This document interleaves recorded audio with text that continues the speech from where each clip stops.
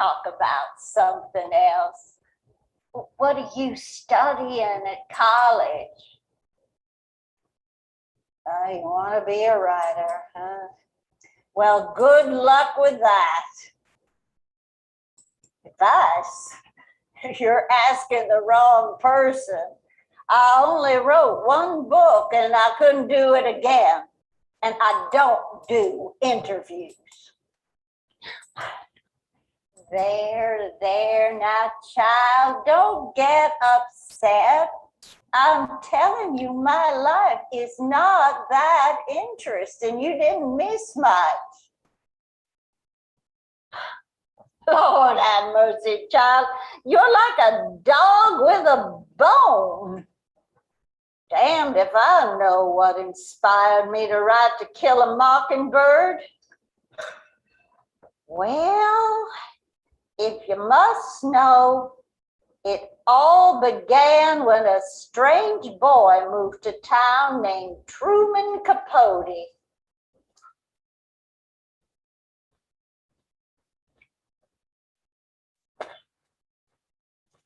My mama dropped me off in Monroeville, Alabama, while she went up to New York for some beauty contest she'd won. She said she wasn't ready to be a mother.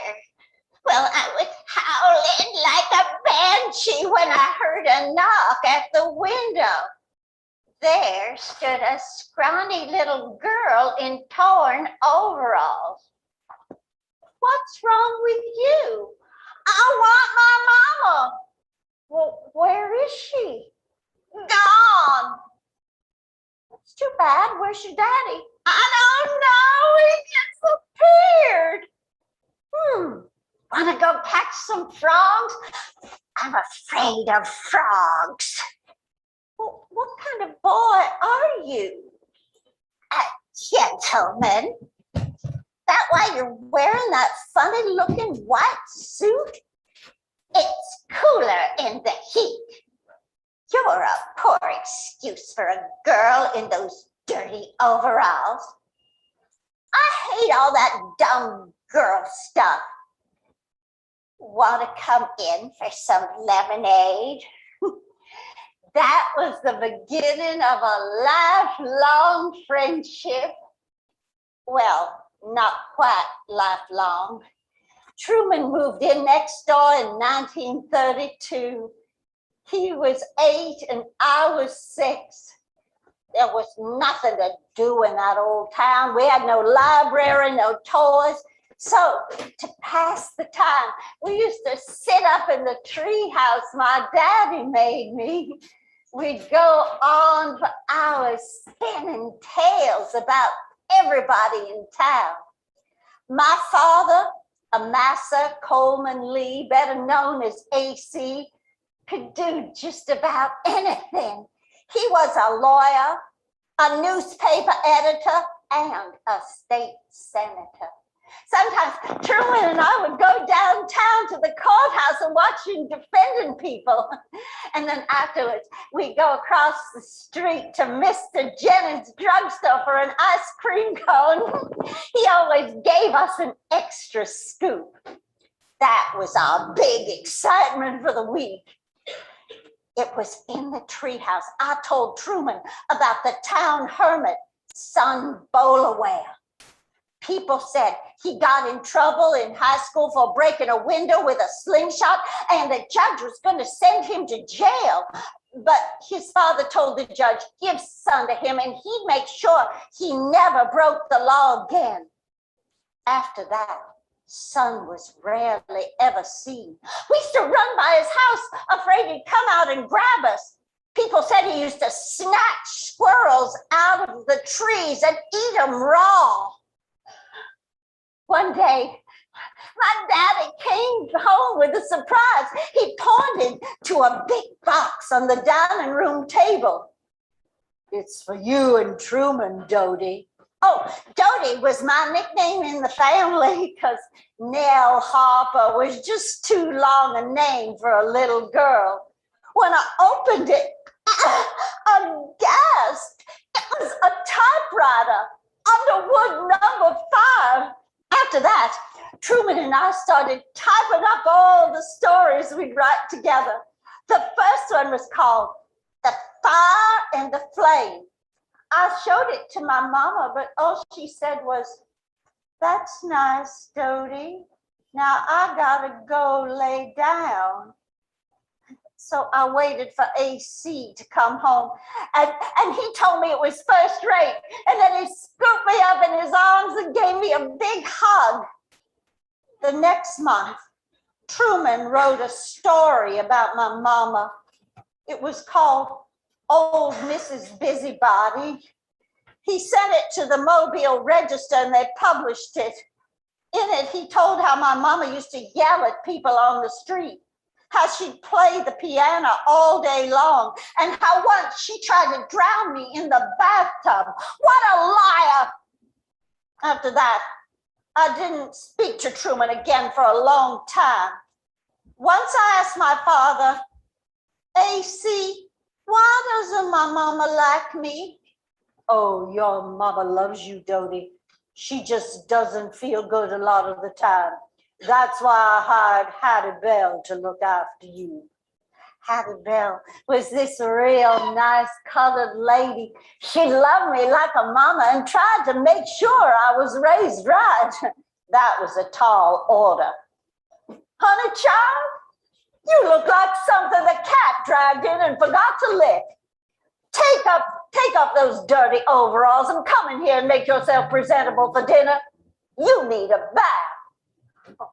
Then she put me in the tub and scrubbed the dirt off my elbows with some kind of vegetable brush and perfume soap. I went along with it. Otherwise, I wouldn't get any of her famous sweet potato pie for dessert. Sometimes when AC had to work late, Hattie Bell would put me to bed. We'd sit together in the dark and she'd hold my hand and tell me stories of her people in the old days back on the plantation. I never wanted those stories to end. Eventually, I forgave Truman when he invited me to his Halloween party. It was the biggest thing to ever hit Monroeville. He had all these games set up in the backyard. You had to put your hand in a box and guess what was inside. One had a terrapin turned on its back. Another had a glob of mashed up bananas and oranges. Truman was dressed like Fu Manchu with a horsehair pigtail and his face painted yellow. I painted my face yellow too to match his. Well, he had this big landing strip set up for his tri-motor pedal airplane. We took turns making it fly. So I was out back playing with the model airplane when I heard Sook screaming. I ran around front and there were some men in sheets telling Sook they'd heard there were colored people here. And they said if she didn't tell them where they were going to burn the house down. Well, Sook was crying and Truman was shaking like a little girl. Then the men in the streets ran around the back and they started ripping off kids' costumes. They came to this one boy dressed like a robot with a box on his head. They yanked off the box. And who was it but Son Bolaware? I wondered how he ended up there. Just then, AC came wading through a sea of people. He stood right in front of the leader and yanked off his hood. Who was it but Mr. Jennings from the drugstore? AC told him, "You ought to be ashamed scaring little children like that. Get out of this house, get out of this yard right now." And they listened to him. And they turned around and left. At that moment, I thought my father was the bravest man who ever lived. Once I asked him, "AC, why don't those men in sheets like colored folks?" "Well, they don't know any better than to hate. Then he told me how before I was born, he defended a colored man who was accused of killing someone. AC said he was real sorry he couldn't get him off because he thought he was innocent. Seemed like colored folks were always getting in trouble for something around Monroeville, like Walter Letts. They hung him too because a white lady said he did something bad to her. AC said she was most likely lying. Well, right after that, Truman's mama sent for him, and he went up to New York City to live with her. But when he come back for the summer, we'd keep right on writing together. Once he told me he was going to become a writer, and I said I was too. Only when it came time for college, I wanted to make AC proud, so I ended up going to Huntington College for Women. Damned if I know how I managed to pledge a sorority. I wore men's green striped pajama pants and my brother's white shirts. I wasn't real popular with my sorority sisters or anybody else for that matter. In fact, at the end of the first semester, I was kicked out of the house for swearing. I called AC. Get me out of this goddamn place. Well, honey, what's wrong? Spare me the prison of pink petticoats. But Dodie, it's a good school. Then I pulled my ace. Yes, but I want to go to the University of Alabama and study law like you. What could he say? So off I went to the big university in Tuscaloosa with all kinds of smart people. Oh, your grandma was already there. Somehow that first year I didn't manage to take any law classes. But I did manage to become the editor of the college literary magazine, Rama Jamma. Oh, Red was the circulation editor. Red, your grandfather. They don't call him that anymore? Oh, yeah, I guess his hair isn't still red. Well, he and your grandma were already married. I remember this one time she showed up to a shipwreck party after a football game wearing nothing but his pajama top. And when the team came in, she jumped up on that table with her trumpet and tooted out when the Saints come marching in. She was a pistol. Ask her if she remembers that. I applied to be a part of an exclusive writing workshop taught by a popular English teacher named Hudson Strode. But I guess he didn't take a liking to the play I wrote, lampooning Alabama laws that were unfair to colored people, because I was not accepted into his workshop. But I got even by writing a character sketch about him in Rama Jamma, making fun of his phony English accent. AC kept on asking me when I was going to take some law classes. So finally, my junior year, I enrolled in some. Try as I would and hard as I studied, I just hated law. AC tried to bribe me to stick it out by sending me on a trip to England that summer. But somehow, seeing Jane Austen's house and the homes of other famous authors, it made me even more determined to become a writer. I told AC, I want to become the Jane Austen of South Alabama. Well, that's not likely, honey, and the law is a sure thing. My sister Alice, who was 15 years older than me, was already AC's law partner, and he had a seat waiting for me in his office. But Truman was up in New York, and he'd already had a book published called The Grass Hop, and he was working on a Broadway show. He called me. Now, you've just got to get out of that country bumpkin college and come to New York. I never even graduated from high school, and I'm having fabulous success. Yeah, but Truman, I don't have any money.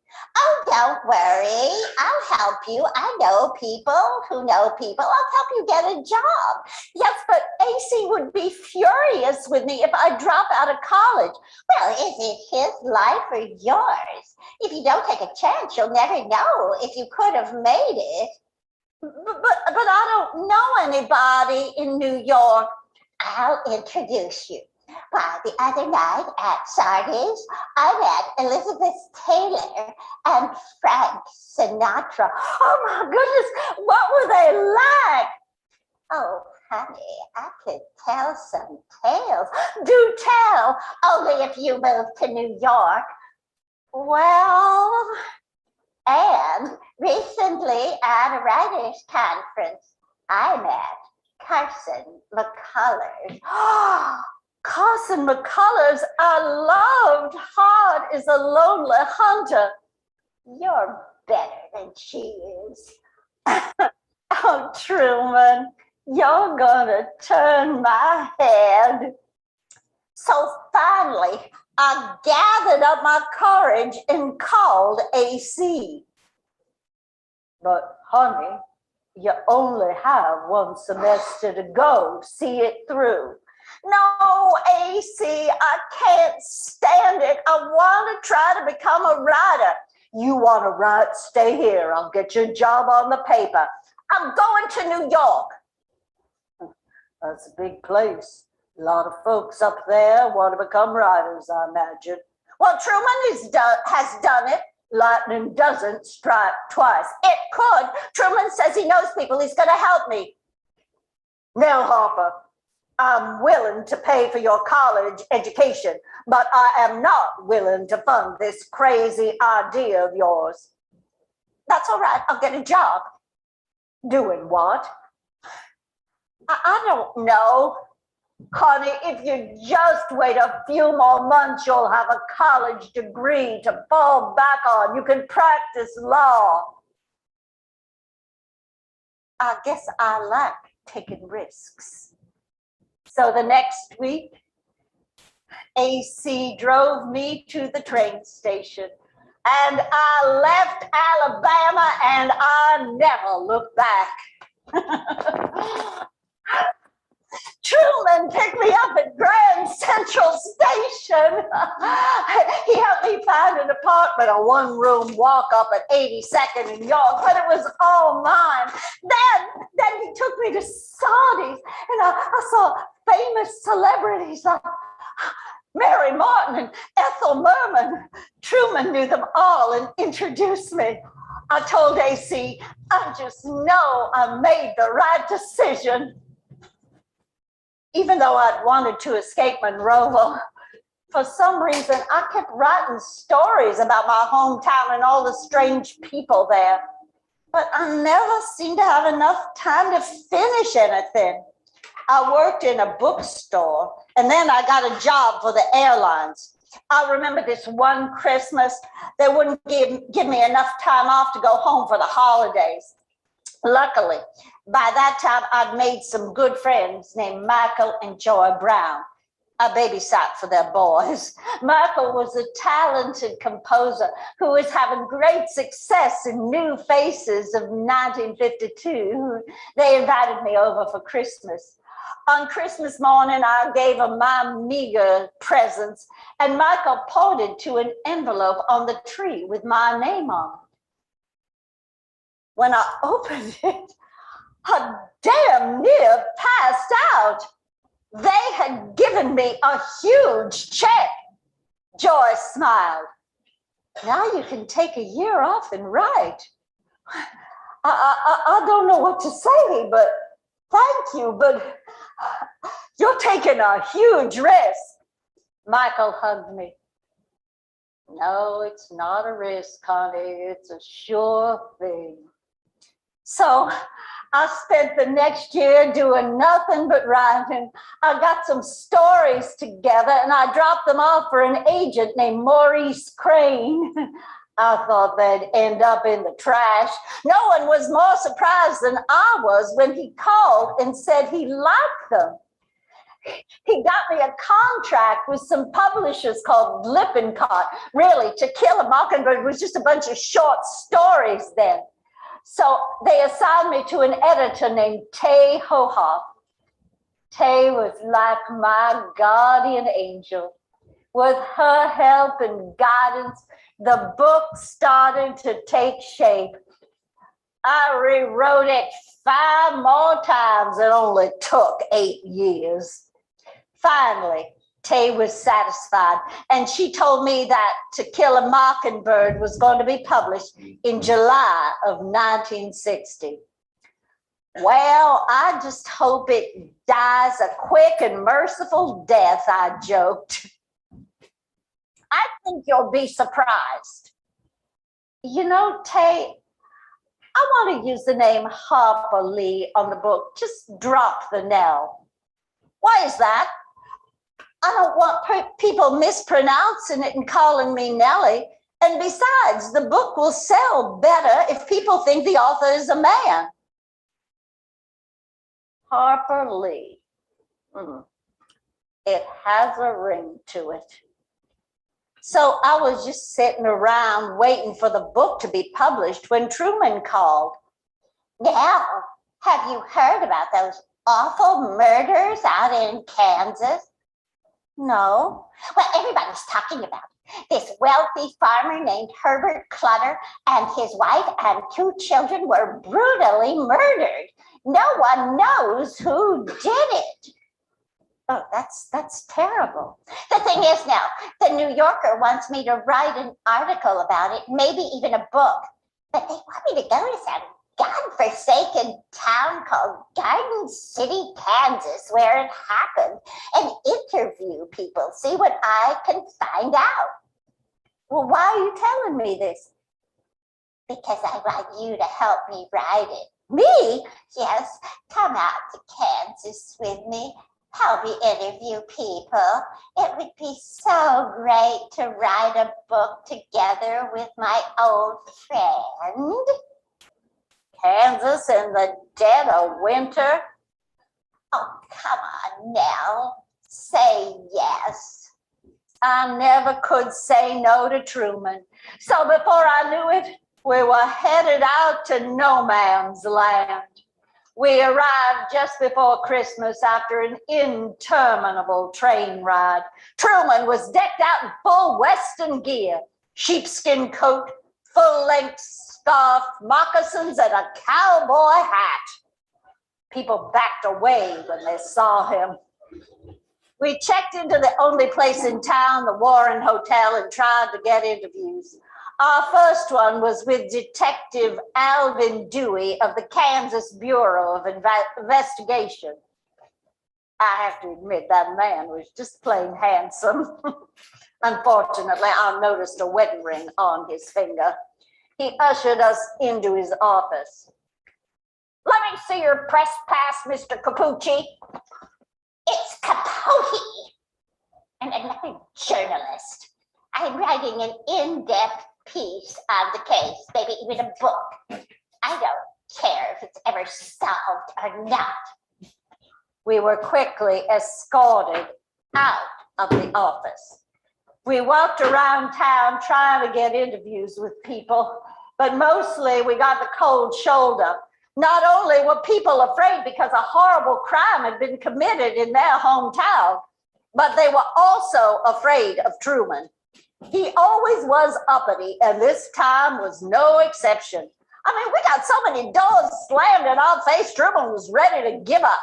I told him, we will penetrate this place.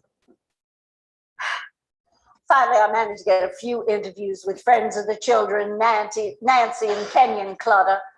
I learned that Mrs. Clutter had mental problems and rarely left the house. I wrote up character sketches of each of the Clutters, and Truman said they were good. Finally, we got somewhere. Mr. Clutter's attorney, Cliff Hope, agreed to let us tour the Clutter home. We walked from room to room. trying to imagine the last hours of that poor family. I took so many notes, I don't even know what I was writing. Trying to envision it, hating to envision it, wondering all the time, why? On Christmas Eve, I was typing up my description of the Clutter's last hours on Earth when the phone rang. It was Cliff Hope. He invited Truman and me to dinner with him and his wife at the home of Detective Alvin Dewey. I called Truman, get dressed. This is our big chance. Oh, I don't know now. I'm in my pajamas. It's snowing outside. Get dressed, Miss Sissy Britches. We can't miss our big chance. Well, we had a great time. Detective Dewey's wife, Marie, was Southern, and we hit it off right away. Truman regaled everyone with stories of all his celebrity friends, fueled by a bottle of J&B he brought along. At the end of the evening, we were all fast friends. Truman was calling Detective Dewey Foxy, and Detective Dewey called him partner. Right after that, we got an interview with the coroner, and then we were invited back to the Deweys for dinner 3 days later. Marie and I were in the kitchen enjoying some girl talk when the phone rang. A few minutes later, Al rushed into the kitchen. They found the killers out in Las Vegas, 2 ex-cons named Richard Hickok and Perry Smith. Al took off for Las Vegas, and Truman and I tried to interview people while we waited for him to return. Finally, Al got back with the killers, and we and everybody else in town waited at the courthouse to see them arraigned. Hickok was a tall man whose face had been misshapen due to a car accident. Perry Smith was short with jet black hair. Truman paid them $50 for an interview, and I tagged along. Turns out they broke into the Clutter house to rob them, but decided to kill them so there'd be no witnesses. I wrote down everything they said, typed it up, and then Truman and I went back to New York City. But we dragged ourselves out there again a few months later for the trial and got to hear them being sentenced to death. Truman cried on the train on the way back. I liked Perry. He was a nice boy and handsome. Oh, Truman, you have the worst taste in men. But now, don't you think he's attractive? Cold-blooded killers are not my type. But Truman kept pounding away for him. He even went back for the hanging. He claimed he needed to do more research for his book. I knew better. That spring, I presented Truman with 150 pages that I'd written for a book, which he was now calling In Cold Blood. Oh, yeah, this is wonderful. We should write more books together. But by that time, To Kill a Mockingbird was getting ready to be published. Truman had read it and he was encouraging. He even showed me a letter that he'd written to his friend, the famous actress Jennifer Jones. I predict that To Kill a Mockingbird will be a great success. I'm in it as a character called Dill, the author being a childhood friend. Well, I just hope somebody beside Truman would like it enough to give me a little encouragement. Early signs were good. The Literary Guild chose it as a featured selection, and Reader's Digest made it into a condensed book. To Kill a Mockingbird was finally published on July 11th, 1960. Within weeks, it hit the bestseller bestseller lists across the country. I was stunned.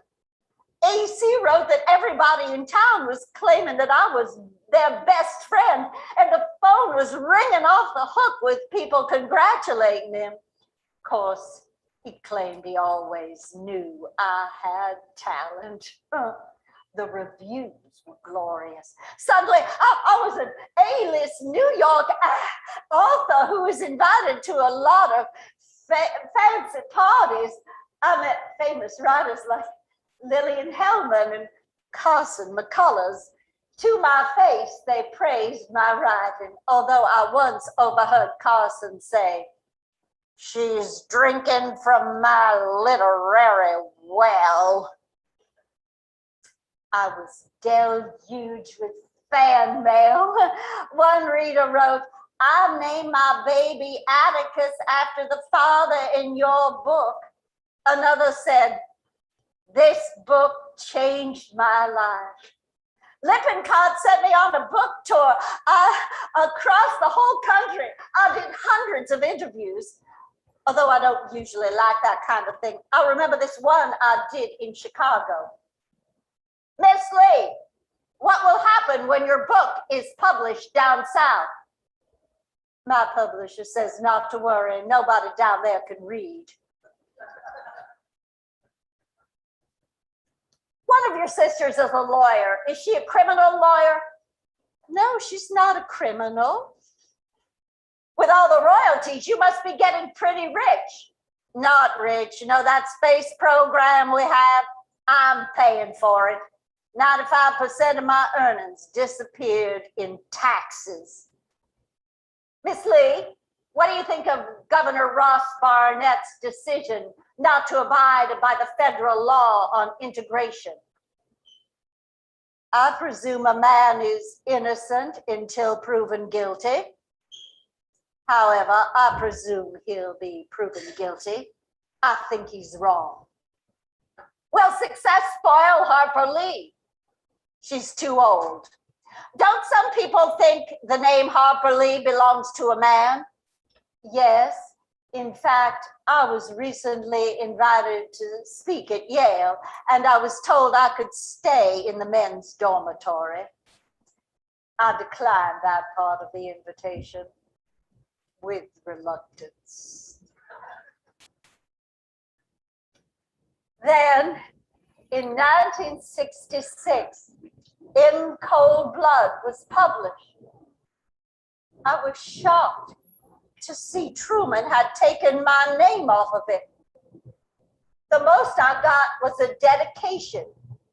"To NHL with love and gratitude," which I had to share with his boyfriend, Jack Dunphy. I called him, "You backstabbing little bastard, why?" "No, you don't need this book now. "That's not the point. I wrote a lot of it." And I wrote a lot of Mockingbird." "That is a total lie, and you know it. You never even read it till right before it was published." "Well, you used my life in it." "You never told me not to." "And I never told you that I would put your name on my book." "That is a goddamn lie. You think I dragged myself out there to the outback of Kansas as a personal favor?" Now, calm down. Let me have my moment in the sun." "Truman, you've had many moments in the sun. Do what's right." "It's too late." "Go to hell, you lying two-faced son of a bitch." Truman and I never spoke again. At that time, he was drinking a lot. So, Sarah, that's all I can tell you. Not much of a story, I'm afraid.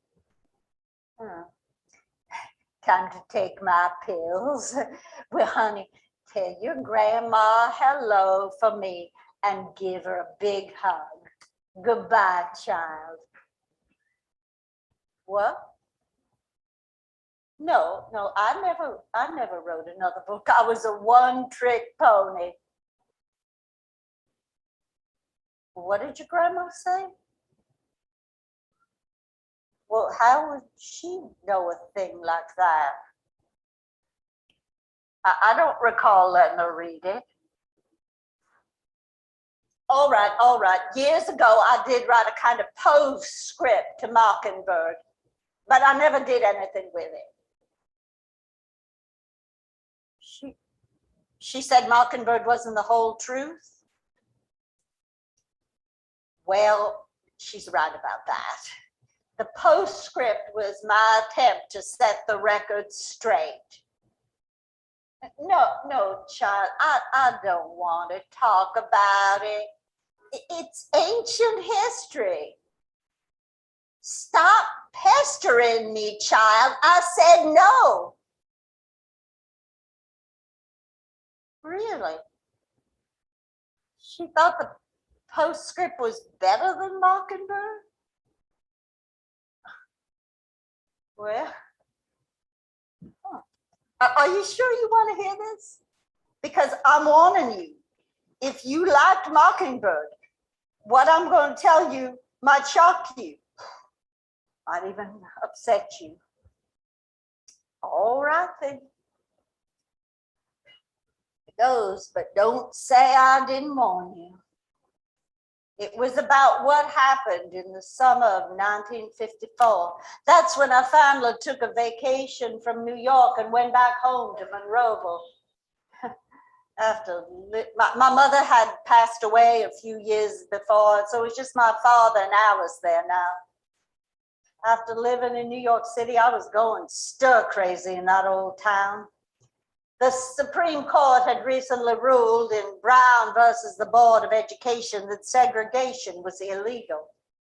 They ordered integration in every school in the US.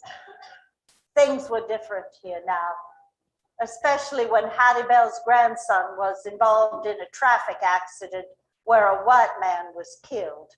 He was arrested. That night, AC said, "I'll defend the boy." I hugged him. I knew you'd want to help. Of course, we don't want those NAACP lawyers getting their hands on this. What are you talking about? Oh, they drag it through the courts for years. Best to get it over with quickly. But why? He shook his head and left the room. I went to see Hattie Bell.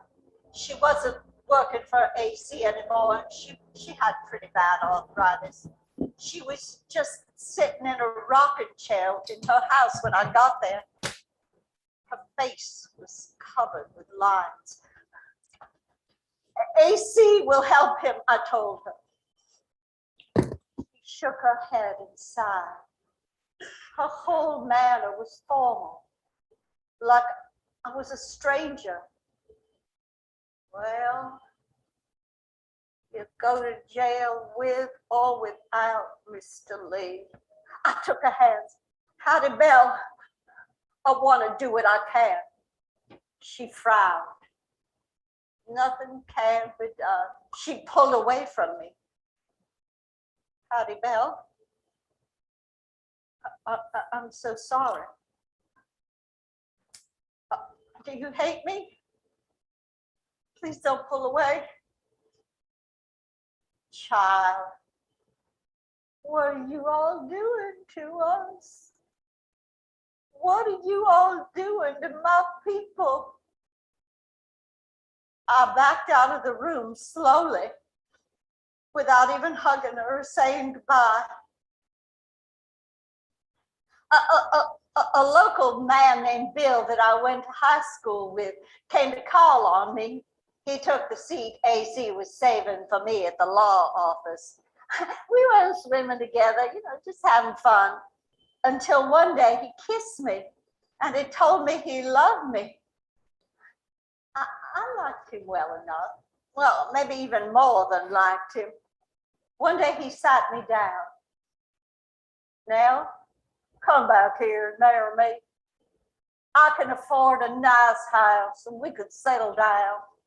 You could still ride if you want to, but I would look after you now." I thought about it. New York was hard. I'd already rewritten my book twice, and Tay said to try again. I told Bill, let me think about it. A few days later, I was cleaning up AC's desk at home when I came across a pamphlet entitled The Black Curse. It had a picture of a scary-looking black man on the cover with horns on his head. I sat down and read it. There was a lot of garbage about Negroes being an inferior race. It disgusted me. I tore it up and threw it in the garbage. I told myself, probably came in the mail and AC forgot to throw it out. Still, it worried me. What was AC doing with a thing like that? I found out a few days later. Bill came to call on AC, and they talked about going to some meeting together at the courthouse. They acted kind of strange about it. So when they left, I decided to follow them. The courthouse was already surrounded by a sea of people when I sneaked into the colored balcony. As I looked down on the scene below, I couldn't believe my eyes. There were AC and Bill with Mr. Jennings, the man AC ordered out of Truman's Halloween party. Another man got up to speak. They're the scum of the earth. They're lower than cockroaches. It's all part of a communist plot to mongrelize the races. Do you want them marrying your daughter? Do you want them going to the same schools as your children? The crowd shouted no. I looked down.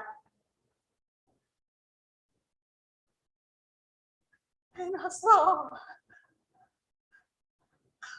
that my father was one of them. I stumbled out of the courthouse, my stomach heaving. I lost its contents behind a bush. I somehow made it home, but I didn't eat dinner that night. I just went to my room, but I didn't sleep. I sat up all night long, going over and over what I had seen, over and over all night long. I finally fell asleep around dawn. When I got up, AC was gone. I dressed quickly and hurried down to the court to his office. I was gonna have it out with him. Bill was sitting at the front desk when I walked in the door. He stood up and held out his arms to me. Oh, darling, drop dead, I hissed. Well, what's wrong? The meeting last night? Well, you were there? Yes, and I wouldn't marry you if you were the last man alive. I pushed past him and barged into AC's office. I saw you at that meeting. How could you? Now, Nell, calm down. You don't know what it's like living here now with the NAACP stirring up trouble. No, I will not calm down. And the NAACP isn't stirring up trouble. They're doing what's right. You are so naive. They are trying to destroy our way of life. Huh. I don't know you, AC. You brought me up to respect all people, but you never bothered to tell me we were better than some if their skin happened to be black. You are a hypocrite and an unbelievably disgusting bigot. When I heard you talk about Hannibal's grandson the other day, I was appalled. I mean, after all she's done for us, being like a mother to me, raising me right, you see her and her family as a bunch of ignorant, no-account Negroes, don't you? That's not true. Hattie Bell was good to you, I know. I thought you believed all men were created equal, but you didn't defend that black man years ago because you thought that you were just doing your duty as a lawyer. Now you're thinking like a New Yorker. Why didn't you bring me up to be some sweet little Southern belle who drank me juleps and married her own kind and gave you basil and grandchildren? Why did you teach me what's right and then betray that so unforgivably? Stop. No, I will not stop. You were my hero. I idolized you. I thought I could always depend on you. That is why this is so shocking, so completely devastating. Now they're like children. Well, if they are, it's because we made them that way. We've kept them down. We've destroyed their self-respect. Men like you have destroyed their self-respect. You've killed them. And what you've done is worse than Hitler. You're exaggerating. Didn't you once say you thought integration wouldn't work? No, AC, I said it would take time. We have to go slowly. Well, you're right about that, but I doubt it will ever work, even if it is the law of the land. Oh, no, you're talking about going against the law, and you're a lawyer. Well, guess what, AC? I was born without a color, and I don't notice it in other people, including Hattie Bell. You were my hero. But now I see you're just like all the rest of them, a nice old Southern gentleman who wants to preserve the status quo. Well, face this, AC. Your daughter's a nigger lover, and I will hate you forever for betraying me. You duplicitous, smooth-talking, lying, racist son of a bitch.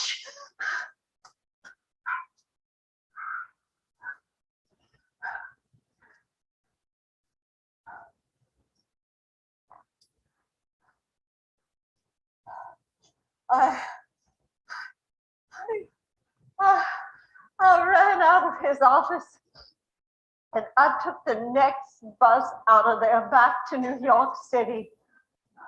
All the way back, I wrote up what had just happened in my notebook. I would put it in the book I was writing. And if it were ever published, people would see what kind of man my father really was, what he had done. He would be publicly humiliated. When I got back, I typed up what I had written and I added it to the book I already had and dropped it off at Tay's office. She called me in a week later. Now, it's excellent writing, but you have to take out the present day stuff. Just make it about your childhood. Let Atticus remain a hero. He's a wonderful character. You can't turn him from Dr. Jekyll into Mr. Hyde. It would ruin the beautiful story you've created. This is a novel, not real life. Look, put the pages away for safekeeping. You've more than enough for another book. You could publish it another time after your father is gone. Now, you've written a great book. Lippincott bought the rights. I'm telling you, it has to be that way. Fine, I'll find another publisher. Well, good luck with that. You're a complete unknown. I can do it. Now, in all my years of publishing, I've never read a book with so much promise.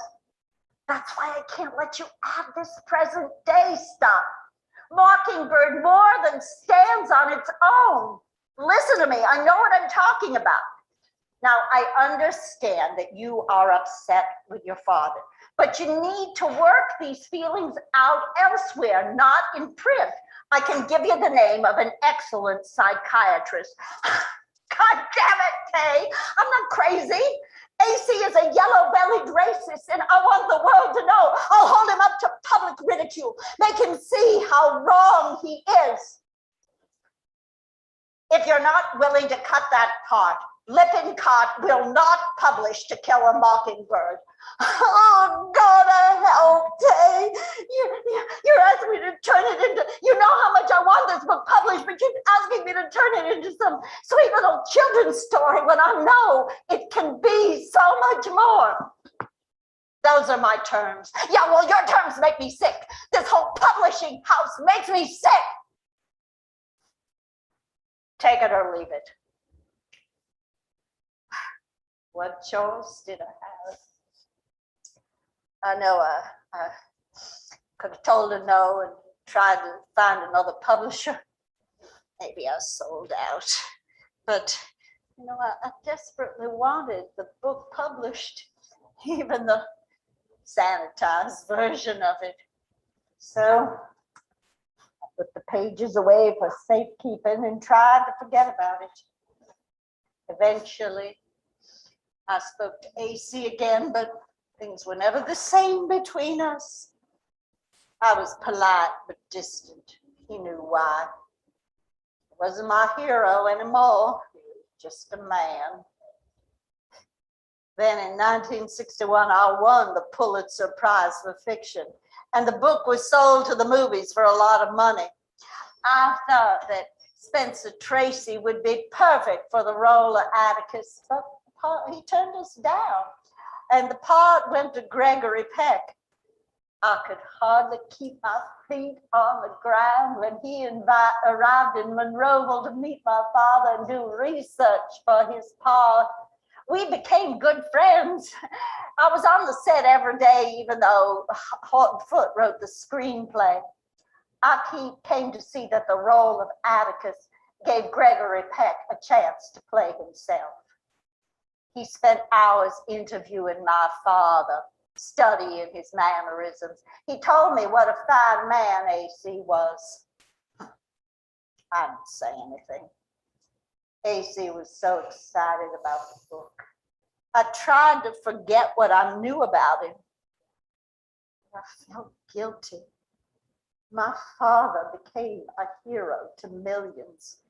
AC Lee, the man who didn't want blacks in the schools. He died before he got to see the movie, and he got to see Greg win an Oscar for playing him. I gave Greg AC's watch. He was so grateful. He thought I was so generous. I wasn't. I didn't want anything else to do with my father. The book was the best. It was only part of the story. The best part. More awards and accolades follows. I tried to accept all the praise, but it made me very uncomfortable. I tried to write another book. It just didn't happen. Maybe it was all the betrayals. First Truman and my father. I was trapped in a lie. I couldn't write another word. I didn't have to. Mockingbird made me wealthy beyond my wildest dreams. President Johnson asked me to be on the National Council for the Arts. So I decided to just be an ordinary person, get out of the spotlight, and fade away. Yeah, that's what I did for almost 50 years until yesterday. Sotheby's wanted the original manuscript to Kill a Mockingbird, so I gave my lawyer the key to my safe deposit box. When she opened it, she found this. It's my long lost book, Ghost and a Watchman. Yeah, that's something. Now I gotta decide what to do with it. What would you do, Sarah? I know you're little more than a child. Let's call your grandma and ask her. What's her number? What do you mean she's sick? You just told me she's doing well. I bet she'd love to talk to me. I haven't talked to her in ages. She'd be so tickled to know they found my book. She always told me I should do something with it. Maybe she'd even like to read it again. Just give me her number. What do you mean you don't have it? How could you not have your own group? She's deaf? No, wait. You told me she was given music lessons. Oh, I get it. You're not Sylvia's granddaughter, are you? Who are you? You tell me right this minute. Danielle. Where are you from, Danielle? The New York Times. Oh my God, you rotten little liar. I knew there was something fishy about you. I should never have told you all that stuff. I don't do interviews. I haven't done one in 50 years. Oh, you're sorry. Yeah, well, it's a little late for that. You came in here under false pretenses. Now, the public does not have a right to know anything. You hand over those notes before I sue you, and I sue the New York Times. You're gonna be sorry you ever came in here pretending to be some fledgling writer when all you really wanted was a scoop. Get out of here. There's the door. Another question. Do I want it published? You get out of here right now or I'll call the cops. Go on, get out of here. Some nerve. Good riddance. Do I want it published? Do I want it published? Do I want it published? You bet your sweet lying ass I do.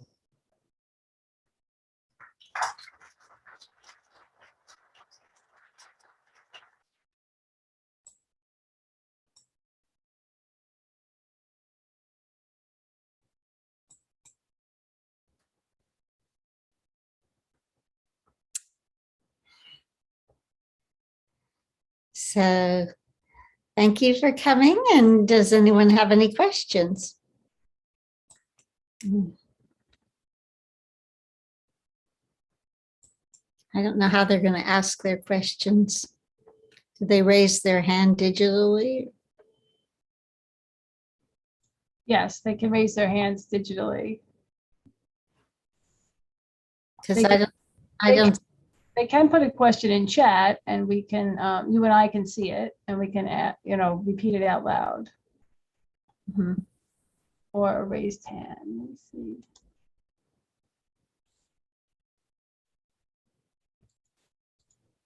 And you can put your cameras on too, if you'd like. Yeah, put their cameras on because I can't see anybody.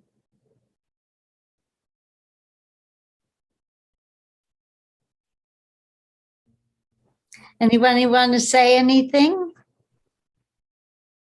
Yes, Pamela. How many years ago did you do that?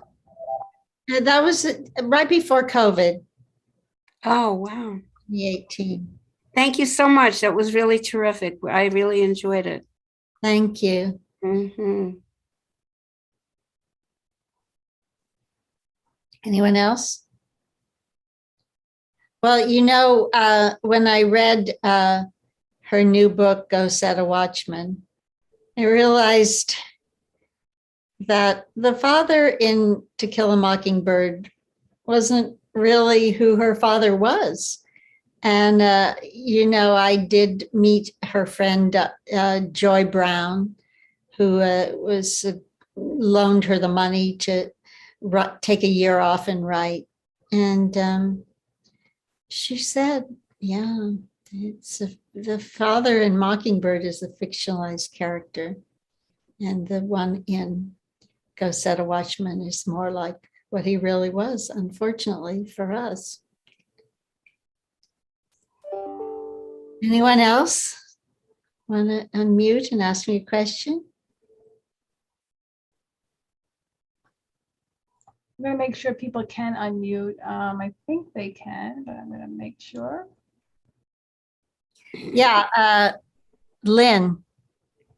Prudence, so the controversy over whether or not Go Set a Watchman was written before or after or actually by Harper Lee, do you accept that? Do you discount it? How do you feel about that?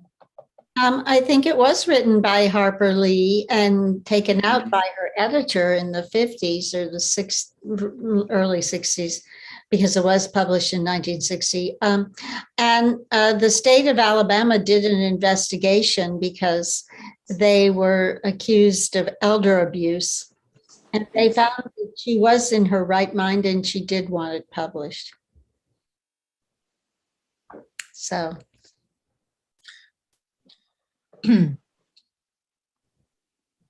Why do you suspect there's still controversy over that? Well, I think that people don't want to accept the new version of Atticus because he was a very beloved character, and they don't want to know that he was at a Klan meeting. And, you know, unfortunately, he was. So people are complex.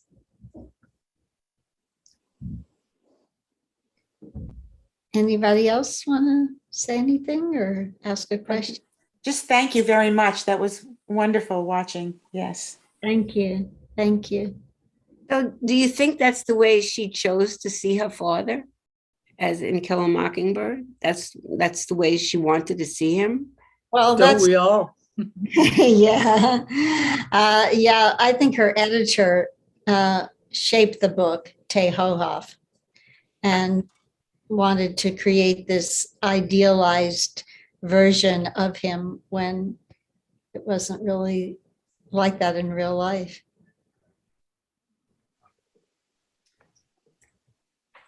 Yeah. Couldn't he have been both, though? I mean, Yeah. Yeah. this is a fictionalized account of something. I can still believe in Atticus Finches of the world. Yeah, well, people who named their baby Atticus, they went. Those babies are grown up now, and they went to court to change their name after Go Set a Watchman came out. Because I have a former student who, when she first read To Kill a Mockingbird, said that she would name her first child Scout, and indeed she did. yeah, a lot of people. Well, I think Bruce Willis named one of his daughters Scout. But was it for To Kill a Mockingbird? I think it was. Yeah, I mean, I'm sure it could have been. And just this past year, a local English teacher named his child Harper Lee. Yeah, well, it's a very popular name, Harper. You know, even Gregory Peck had a grandson named Harper. One of the participants, I think she's watching with a family member, said you were absolutely fabulous. We really enjoyed it in the chat. I think they messaged me, but I opened up the messaging. So if you want to put a question, if you're unable to, you know, verbalize a question for whatever reason, we can ask it or your comment. I think I've changed it so you can do that. What are you doing? I'm sorry, I didn't catch that.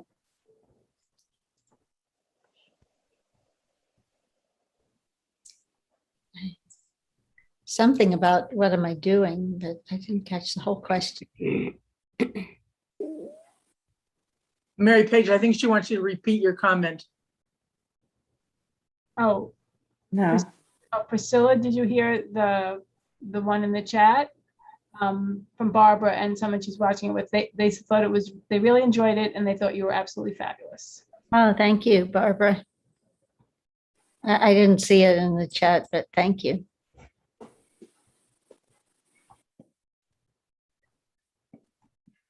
Any other comments?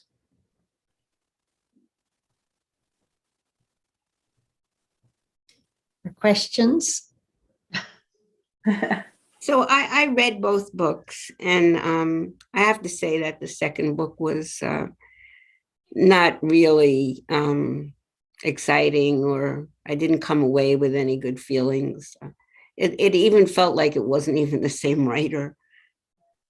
Well, she didn't have a chance to work on it like she did Mockingbird. But I was really struck by that monologue she had to her father when she found out that he was at the Klan meeting. And it was just a passionate defense of civil rights. And, you know, she just excoriated him. And it was never the same between them again.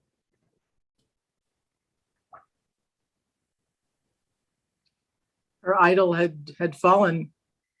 Big Yeah. time. Yeah. Pam, I agree with you. I didn't feel that the language in the sequel prequel was of the same quality as To Kill a Mockingbird, but that was just my personal appeal. Yeah, I do. But I think there was, you know, some literary merit in it for sure.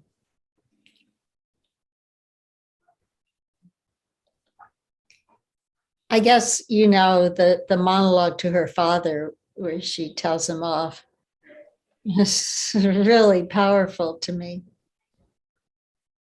It made me want to write this show. It was wonderful. You did a great job. Yes, you did. Thank you. And Where did you first perform it, Prudence? Well, I started doing it at some libraries on Long Island and in New York City, and then they had this Scranton Fringe Festival in Pennsylvania, so I did it there. That's where, yeah. Do you have other projects? Oh yeah, I have about 8 one-person shows.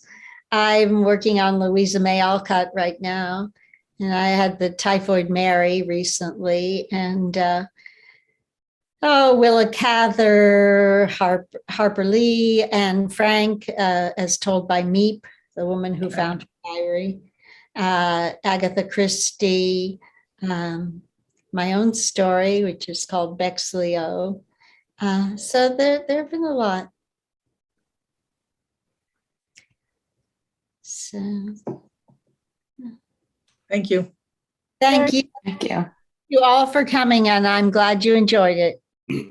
thank you, Prudence. And it is now showing on YouTube Live, and we'll have it on our YouTube channel as well. I didn't catch the very beginning, but I got pretty quickly into it. So if anybody wants to refer anybody to see it, it will be there. So thank you so much. Okay, thank you, Mary Page. Thank you. Bye. Thank you. Good night, everybody. Good night. Thank you.